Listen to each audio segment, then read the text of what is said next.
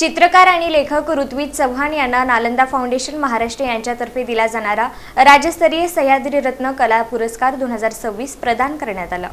चित्रकार आणि लेखक ऋत्विज चव्हाण यांना नालंदा फाउंडेशन महाराष्ट्र यांच्यातर्फे दिला जाणारा राज्यस्तरीय सह्याद्री रत्नकला पुरस्कार 2026 प्रदान करण्यात आला।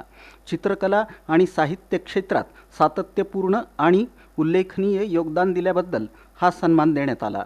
आपल्या कार्यातून समाजात सकारात्मक बदल घडवून आणल्याबद्दल त्यांच्या कार्याची दखल घेऊन पुरस्कार जाहीर झाला होता। पुण्यातील श्रमिक पत्रकार भवन इथं झालेल्या या पुरस्कार सोहळ्यात मान्यवरांच्या हस्ते ऋत्विज चव्हाण यांना हा पुरस्कार प्रदान करण्यात आला।